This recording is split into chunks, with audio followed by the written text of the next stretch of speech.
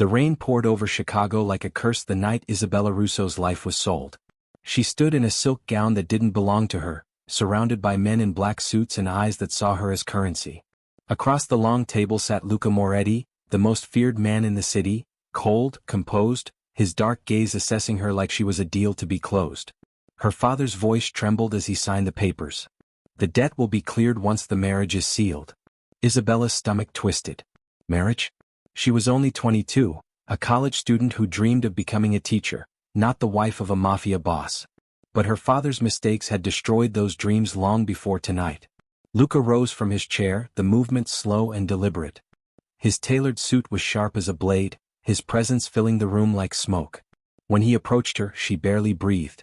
"You're quiet," he said, his voice deep and smooth with the faintest hint of menace. "Do you understand what this means?" Her chin lifted despite the fear clawing at her. "That my life isn't mine anymore." For a moment, something flickered behind his eyes, guilt, perhaps, or curiosity. Then it was gone. He reached for her hand, cold fingers brushing hers. "From tonight you carry my name. You'll be safe, as long as you obey." The word obey struck like a slap. But she nodded because she had no choice. The contract was signed. The marriage arranged. And as they stepped into the waiting limousine, the city lights reflected on the tinted windows like sparks of gold against the dark. Isabella glanced once at Luca. His expression was unreadable, carved from stone. Yet when she shivered, he removed his jacket and placed it over her shoulders without a word. That single, unexpected gesture, gentle, human, confused her more than the entire night. She turned away, clutching the warmth of his jacket, whispering to herself, "This isn't a love story. It's a sentence." But somewhere deep inside, Luca Moretti already knew. This marriage would destroy his heart before it ever saved his soul. The wedding happened within 24 hours. No family, no friends, only power, money, and fear standing as witnesses. Isabella walked down the marble aisle of Luca Moretti's private chapel in a white gown that shimmered under the candlelight. Her hands trembled as she clutched the bouquet. The man waiting for her at the altar looked carved from ice. When the priest said, "You may kiss the bride," Luca leaned forward. His lips barely brushed hers, cold, calculated, and over in an instant. The crowd erupted in polite applause, but Isabella felt nothing but the weight of invisible chains. Hours later, she stood in their new bedroom, a grand, dimly lit suite in his penthouse overlooking the Chicago skyline. Gold and black dominated the room, elegant yet suffocating. Luca entered quietly, removing his cufflinks, his every movement deliberate. She froze. Her pulse raced as he turned toward her. "Relax," he said softly, though the command in his tone remained. "I'm not a monster." "I didn't say you were," she whispered, clutching the bedsheet like armor. His gaze dropped to her shaking hands. "Everyone does," he replied almost to himself. "They see my name, not the man behind it." The silence stretched, thick and uneasy. Isabella expected him to reach for her, to claim what this marriage promised him. Instead, he stopped a few feet away, his dark eyes unreadable. "You'll take all of me when you're ready," he said, his voice low, firm, yet unexpectedly gentle. Her breath caught. "Why?" "Because when I do touch you," he murmured, "I want it to be real." Then he turned, walked to the couch, and poured himself a glass of whiskey. The amber light flickered across his face, revealing something she couldn't name, loneliness, perhaps. Luca slept on the couch that night, leaving her untouched. Isabella lay awake, listening to the rain beat against the glass, wondering if the devil truly had a soul after all. For the first time she didn't know whether to fear him, or to pity him. And as dawn crept over the city, Luca opened his eyes on the couch and whispered to himself, "What have I done?" 3 days into her new life, Isabella realized the mansion wasn't a home, it was a fortress. Every hallway was guarded, every door locked. The maids never met her eyes and whispers followed her like shadows. She traded her freedom for safety, but safety felt an awful lot like captivity. Luca left early every morning and returned long after midnight. His world was filled with men in suits, coded phone calls, and the faint metallic scent of danger. Isabella wasn't supposed to ask questions. But curiosity had always been her quiet rebellion. One night, while wandering the dim corridor in search of fresh air, she heard voices coming from the study. The heavy oak door was cracked open just enough for her to see Luca inside, standing with 2 men. "The Vitali family is moving in on the docks," one said. Luca's tone was sharp, deadly calm. "Not for long. Send a message, They touch my shipments again, I burn their entire operation. The man hesitated. And the girl? Isabella froze. The girl? Luca's jaw tightened. She's none of your concern. Her heart raced. She stumbled back, her heel catching the rug. The door creaked. Silence. Then, Luca's voice, low and dangerous. Isabella? She turned to run, but he was faster. His hand caught her wrist.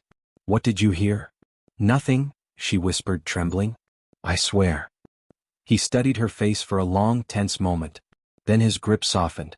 In my world, curiosity can kill, he warned quietly. Don't go looking for truths you're not ready to face. Tears burned her eyes. You keep saying I'm safe here, but it feels like a cage. He stepped closer, his breath warm against her ear. A cage can protect you from wolves. Then he turned and walked away, leaving her standing in the dark, her pulse hammering like thunder. For the first time, Isabella began to wonder what kind of world she had really married into, and whether Luca was her captor, or her only shield against something far worse. Days turned into weeks, and the mansion began to reveal its rhythm. Silence, secrets, and the sound of Luca's footsteps echoing through the halls like a heartbeat she could never escape. He was still distant, buried in his work, yet Isabella began noticing things she wasn't meant to see. How he paused before pulling the trigger in a training session. How his jaw clenched when his men mentioned her name. How, late at night, she sometimes heard the faint sound of a piano from his study, haunting, beautiful, and unbearably lonely. One morning, Isabella tried to show gratitude. She brought him coffee, steaming and carefully made. He looked up from his papers, surprised. You didn't have to, he said, voice soft but guarded. I wanted to, she replied, offering a small smile. It's the least I can do, considering everything. For a brief moment, something warm flickered in his eyes, then vanished. Don't confuse protection with affection, he said sharply. The words stung. She set the cup down without another word and left, her heart tight with confusion and hurt. That evening she sat alone in the garden, watching the rain fall over the marble fountain. The gates were high and cold, but the world beyond them still felt further away. Then a shadow appeared behind her. Luca. He said nothing at first, just handed her his umbrella, holding it over both of them. You'll catch a cold, he muttered. You care? She asked softly. His lips twitched, not quite a smile, not quite denial. I don't like seeing people suffer, he said. Especially you. The honesty in his voice startled her. She looked up at him, really looked. The ruthless Don everyone feared was just a man standing in the rain, trying not to fall apart. Before she could speak, his phone buzzed. His expression turned cold again. Go inside, he ordered. Now. As he walked away, she heard his voice harden over the call. If they touch the shipment, no one leaves that dock alive. The cracks in Luca's icy armor were showing, but what lay beneath might be more dangerous than the cold. The night of the attack changed everything. Isabella had insisted on accompanying Luca to a charity gala downtown, her first public appearance as Mrs. Moretti. The flashing cameras, the whispers, the fear in people's eyes, all of it reminded her that her husband wasn't just powerful. He was untouchable. But power always invited enemies. As they were leaving the event, gunfire erupted. Shouts filled the air as guards surrounded them. Luca shoved Isabella behind a pillar, drawing his gun with lethal precision. Stay down, he barked. Her heart pounded. In the chaos, she saw a shadow on the balcony, a man aiming directly at Luca. Without thinking, Isabella screamed, Luca, behind you. He turned just in time, firing once. The attacker fell. The silence that followed was deafening. Later, back at the mansion, Luca sat on the edge of his desk, shirt bloodied from a grazed wound. Isabella rushed to him, ignoring his protests. You're bleeding, she whispered, tearing part of her dress to press against his arm. He stared at her, this fragile, terrified girl who had just saved his life. You shouldn't have been there, he muttered. And you shouldn't be alone in this, she replied, eyes wet but steady. Something in him broke then, a wall, a lifetime of restraint. His hand reached up, brushing a strand of hair from her face. Her breath caught. Why did you risk yourself for me? He asked quietly. Because I didn't want to lose you, she admitted, barely above a whisper. Luca's gaze darkened, and before she could move, his lips crashed against hers. It wasn't gentle. It was desperate, claiming, full of everything neither of them dared to say. When he finally pulled back, his voice was ragged. You make me forget who I am. She touched his cheek. Maybe that's not a bad thing. For the first time, Luca smiled, faintly, painfully, beautifully. But as lightning flashed across the city, both of them knew this kiss was more than passion. It was a promise, and a dangerous beginning. After the attack, everything between them shifted. Luca no longer treated Isabella like a stranger in his home. He started having breakfast with her, walking her through the garden, even teaching her how to shoot for protection, though his eyes softened every time her hands trembled around the gun. The distance between them was fading, replaced by something fragile but real. One evening, Isabella found him sitting by the piano, playing a quiet, mournful melody. She lingered by the doorway, listening until he noticed her. "You play beautifully," she said softly. He gave a faint, bitter smile. "My mother taught me. Before everything." "Before what?" she asked carefully. His gaze darkened. "Before she and my father were murdered. By the Vitali family." The words hung heavy in the air. Suddenly, his violence, his walls, his silence, all of it made sense. He wasn't born a monster. He was forged by loss. "I'm sorry," she whispered, stepping closer. Luca looked up at her then, eyes full of something raw and unguarded. "Don't pity me, Isabella. I've killed more men than I can count. I don't deserve your sympathy." She shook her head. "Maybe not. But you deserve peace." For a fleeting moment he seemed to believe her. His hand brushed against hers, gentle, hesitant. The world outside that room disappeared. Then a knock shattered the silence. One of his men entered, whispering something in Italian. Luca's expression hardened instantly. When he stood, his face was once again the cold, ruthless dawn. "Stay here," he ordered. Minutes later she followed him down the hall, just in time to see him pull the trigger on a kneeling man. The gunshot echoed through the marble like thunder. Isabella gasped, covering her mouth. Luca turned, eyes meeting hers, anguish and fury flashing at once. "You weren't supposed to see that," he growled. She backed away, trembling. "You talk about protection, but all I see is blood." That night, Isabella locked her door for the first time.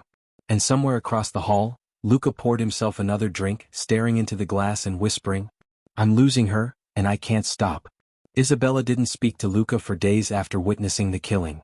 The house felt colder, heavier, as if the walls themselves held their breath. Luca tried to give her space, but her silence tore through him worse than any bullet ever could. Then Dante Vitali appeared. He was everything Luca wasn't: charming, gentle, with the smile of a man who knew how to say all the right things. Isabella met him by accident at a charity event she was pressured to attend, escorted by Luca's guards. Dante introduced himself as a businessman, but the name Vitali hit her like ice. Still, he was kind. He listened. And for the first time in weeks she felt seen. "You don't belong in that house," Dante said, his tone low and persuasive. "Luca Moretti destroys everything he touches. Let me help you." His words lingered long after she returned home. That night, Luca noticed her distance, her trembling hands at dinner. "What did he say to you?" he demanded. Her eyes widened. "You're having me followed?" "I'm protecting you," he growled, slamming his glass down. "Dante Vitali is poison. Stay away from him." "You can't lock me away forever," she shot back, her voice breaking. "You don't own me, Luca." He stood abruptly, closing the space between them. His eyes burned with anger, and something darker. "You're mine, Isabella. Every breath, every heartbeat, mine." Her tears fell, but she refused to look away. "Then why does it feel like I'm your prisoner, not your wife?" Luca flinched, the fury in his face replaced by something almost like pain. Without another word, he turned and stormed out, leaving her shaking in the candlelight. Hours later she packed a small bag. She didn't know where she'd go, only that she needed to breathe again. But as she slipped through the gates in the dead of night, headlights cut through the fog. A car blocked her path. Dante stepped out, smiling. "I knew you'd come," he said smoothly. Isabella hesitated, just for a second. And that second was enough to seal her fate. The moment Isabella stepped toward Dante, she realized her mistake. His smile didn't reach his eyes. Two men appeared behind her, rough hands grabbing her arms before she could scream. "Let her go," she shouted, struggling, but Dante only sighed. "Sorry, Bella. You're too valuable to let walk away." He leaned close, whispering in her ear. "Luca took everything from my family. Now I'll take what he loves most." Hours later, Isabella was locked in an abandoned warehouse near the docks. The air smelled of rust and gasoline. Every sound, the drip of water, the scurry of rats, tightened the knot of fear in her chest. Meanwhile, across the city, Luca's rage set Chicago on fire. He stormed into his headquarters, eyes burning with murderous fury. Find her, he barked. Check every Vitali property, every contact, every rat who's ever said that name. His men scattered. Luca slammed his fist into the wall, blood staining his knuckles. If they touch her, his voice broke, I'll bury them all. When he finally found the location, he went alone, armed, unflinching, and burning with a fear he'd never admit aloud. Inside the warehouse, Dante circled Isabella like a predator. Tell me, did you ever really love him? The man who kills without blinking. She lifted her chin, trembling but defiant. Yes, she whispered. Because beneath all his darkness, he still has a soul. You don't. Dante's face twisted with anger just as the doors burst open. Gunfire erupted. Luca moved like a storm, swift, precise, unstoppable. Within seconds the floor was littered with Dante's men. Luca reached her, cutting the ropes from her wrists. His hands were shaking. Are you hurt? She shook her head, tears spilling freely. You came for me. He cupped her face, his voice rough and raw. I'd cross hell itself for you. Behind them, Dante groaned, crawling for his gun. Luca turned and fired once. The echo hung in the air like judgment. When silence fell again, Luca pulled Isabella into his arms and whispered, I can lose my empire, my life, but not you. Never you. The storm followed them home. Rain lashed against the windows as Luca carried Isabella into the mansion, her wrists bruised, her dress torn. He'd never looked more human. His suit soaked, his hands trembling, eyes haunted by everything he'd almost lost. Sit, he ordered softly, but the command lacked its usual edge. He knelt in front of her, cleaning the cuts on her hands with a tenderness that broke her heart. You shouldn't have come alone, she whispered. I couldn't wait, he said, his voice rough. Every second without you felt like I was dying. She looked at him, really looked. The ruthless Mafia boss, the man the city feared, was now on his knees before her. Why do you care so much, Luca? He hesitated. Because when I thought you were gone, I realized I'd already given you everything I swore I'd never give, my heart. Her breath caught. You said once I'd take all of you when I was ready? His gaze lifted to hers, dark and burning. Are you ready, Isabella? The room seemed to hold its breath. She nodded slowly, tears in her eyes, not from fear but from something deeper. Luca rose, his touch tentative, reverent. He brushed his thumb across her lips. Then tonight, he murmured, you take all of me. What followed wasn't the claiming of a possession. It was the surrender of two souls who had been fighting fate for too long. The air crackled with emotion, their kisses desperate and trembling, as if they both knew love like theirs couldn't exist without pain. When the rain finally stopped, Isabella lay against his chest, listening to his heartbeat. He traced her skin gently, whispering, You've changed everything. The darkness doesn't feel so heavy anymore. She smiled sleepily. Maybe that's what love does. It teaches even devils how to feel again. Luca closed his eyes, holding her tighter. Then I'll never let go, he vowed. And for the first time since his parents' deaths, the infamous Don Moretti slept peacefully, with his heart in the arms of the only woman brave enough to touch it. Months passed and the Moretti empire began to change, because of her. Where there was once fear, there was now order. Where Luca ruled with iron, Isabella taught him mercy. The mansion no longer felt like a fortress. It was a home. Guards smiled when she walked by, and even the most hardened men of the syndicate lowered their heads in respect to the Donna of Chicago. One morning, Isabella stood beside Luca on the balcony overlooking the city. The sun painted gold across the skyline, a city that once belonged to darkness, now slowly breathing again. You rebuilt this, she whispered. He looked at her, a faint smile softening his scarred face. No, we did. You gave me a reason to stop fighting shadows. She reached for his hand, their fingers intertwining. Do you ever regret it? The life, the blood. He took a long breath. Every day. But if that road led me to you, then I'd walk through it all again. That night, the families gathered for a celebration. Peace had been struck, alliances rebuilt. When Luca introduced Isabella as his equal, not just his wife, the room fell silent in awe. She's not only my heart, he declared, voice echoing through the grand hall. She's the future of this family.